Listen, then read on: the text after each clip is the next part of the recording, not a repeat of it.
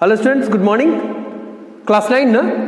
Let us start with the topic from Beehive literature, The Snake Trying, written by W.W.E. Ross.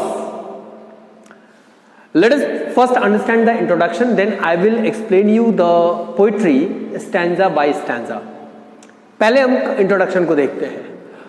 In this poem, कौन सा poem? The Snake Trying. The poet says that the snake tries to escape from being hit by the stick held by a person who is trying to kill it. इस poetry में writer यानी कि poet W.W. Ross हमको ये बताते हैं कि किस तरह से एक स्नेक किस व्यक्ति के द्वारा मारे जाने के डर से, क्योंकि उस व्यक्ति के हाथ में स्टिक रहा होगा, उसको मारने जाता है तो मारे जाने के डर से वो बच निकलता है और जान की खैर उसको रहती है, भागने की कोशिश करता है. The poet wants to say that all snakes are not harmful. Poet हमें यह भी बताना चाहते हैं कि चूंकि स्नेक्स वैसे पॉइजनस और डेंजरस माना जाता है, लेकिन वो इस पोइट्री में बता रहे हैं कि सभी स्नेक हार्मफुल नहीं होते और किस तरह से एक व्यक्ति उसको मारने की कोशिश कर रहा है एक स्नेक को, तो अपनी जान बचाकर वो भाग रहा है. Humans have a notion that snakes are dangerous and try to kill them as soon as they spot one, but it is not true.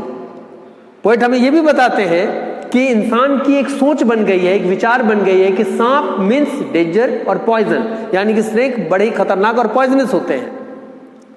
इसीलिए जब कभी भी किसी को कोई सांप नजर आए तो पहला ध्येय, पहला लक्ष्य व्यक्ति यह सोचता है कि इसको किल कर दे, इसको मार दे जान से. लेकिन यह सही नहीं है. This is not true.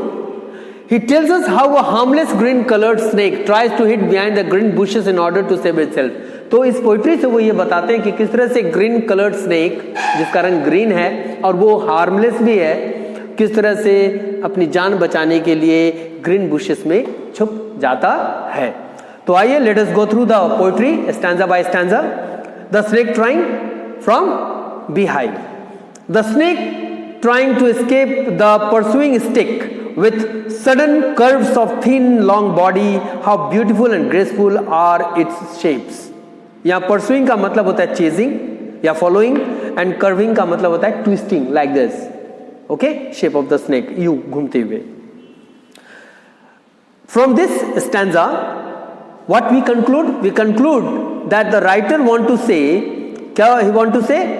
कि the snake tries to escape from being hit. सांप जो है मरने से यानी हिट होने से बचना चाहता है, और वो भी किससे? एक व्यक्ति के द्वारा जिसके हाथ में स्टिक है.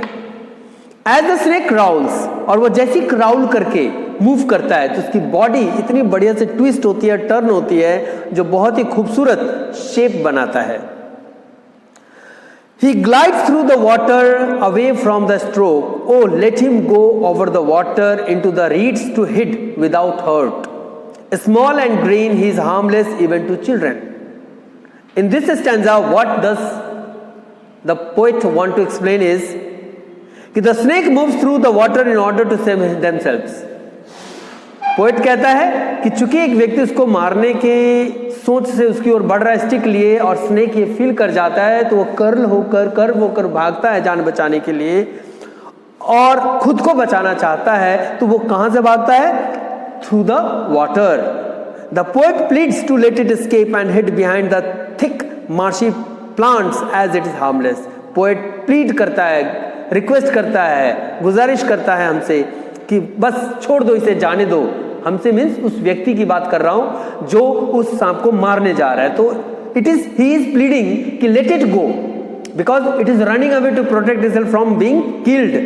तो वो कहता है कि लेट इट गो, इसको जाने दो, मत मारो इसे, और इसको छुप जाने दो मार्शी ग्रासेस में. मार्शी ग्रासेस जानते हैं क्या होता है? जहाँ पे वाटर वगैरह होते हैं और वाटर लॉगिंग होने के कारण, जैसे तालाब या लेक के किनारे, और वहाँ पे जंगल झाड़ उग जाते हैं, तो दोज आर मार्शी लैंड्स. तो वहाँ पे जो ग्रासेस उगते हैं दोज आर मार्शी ग्रासेस. तो ये ग्लाइड्स करता हुआ, मूव करता हुआ, इस मार के डर से कि लगेगा तो वो मर जाएगा. तो नरेटर, राइटर, पोएट कहता है कि इसको जाने दो, भाग जाने दो, इसको, इसकी जान बचा लेने दो, इसको छुप जाने दो उस मार्शी झाड़ियों में, पौधों के अंदर, ताकि ये बच जाए. The small green coloured snake is harmless even to children. और लास्टली वो ये कहते हैं W.W. रॉस कि ये जो छोटा सा सांप है ग्रीन कलर का, यार ये उतना पॉइजनस भी नहीं है कि किसी को काट लेगा या किसी बच्चे को डस लेगा या उसे मार देगा. Along the sand he lay until observed and chased away, and how he vanishes in the ripples among the green slim reeds. इस थर्ड स्टैंजा में पोइट हमें यह बताना चाहते हैं कि till it was spotted and chased away by the person holding a stick, it lay quietly in the sand. कि वो सांप जिस जगह पे था, रेत पर, सैंड पर आराम से पड़ा हुआ था, लेकिन ये तब तक पड़ा हुआ था जब तक किसी व्यक्ति की नजर उस पर नहीं पड़ी. और जैसे ही किसी आदमी की नजर उस पर पड़ गई, बस भाई उसने क्या किया, उस आदमी ने एक स्टिक उठा लिया और उसको मारने के लिए बढ़ा. और तभी वो सांप को एहसास हो गया कि now this man will kill it in order to save itself. और तब वो अपनी जान बचाने के लिए the snake disappears in the ripples of the water.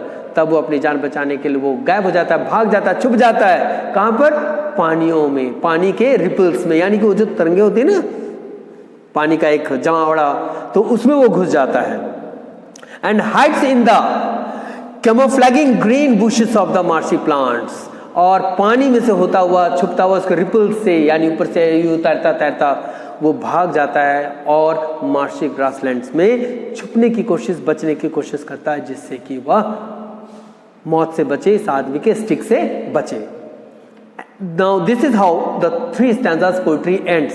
But अगर इसको हम समराइज करें प्रॉपरली तो how would it be summarized? भाई अभी तक जो आपने 3 स्टैंजा को सुना, इसमें देखा कि snake was lying on the sand till it was spotted. A man when God spotted it with a stick tried to kill it. जान बचाने के चक्कर में the snake runs away from where? From the ripples of the water, through the marshes, क्या बोलते हैं, bushes, plants. And the writer is pleading not to kill it because it is a green snake which is not so harmful or poisonous, not even to the children. तो इस तरह से narrator हमको उस सांप को न मारने के लिए कह रहा है. बट अगर इसको समराइज करें तो how it would be. In this poem, a harmless green colored snake tries to save itself from being hit by a person who is chasing it to kill it. The poet says that the snake is harmless. It is not harmful to the children. It is harmless. People fear snakes, and we human are in the notion that whenever we talk or think of the snake, we always imagine that it is poisonous. It will kill with its bite. But it is not so. क्योंकि हर सांप poisonous नहीं होता. That because of that reason, the person who sees the snake, thinking that it is poisonous, he wanted to kill it. But the snake wants to save itself from being killed, and so the places where he runs to hit himself is he goes through the green marshy grasses, over the water bodies, ripples of water, and tries to save itself. The snake disappears, and finally the snake gets protected by itself. It is not killed by that person because it finally hid itself in the marshy plants. और इस तरह से सांप छुप जाता है और खुद को मरने से बचा लेता है, क्योंकि वो आदमी जिसने पीछा किया था वो उससे बच के करली वे से होता हुआ वो भाग जाता है. So this is how the poetry ends. So students, what you have to do is go through the introduction part, listen to the video properly, and write summary and solve the exercise if it is there. Okay children, thank you. Next video we will do next chapter.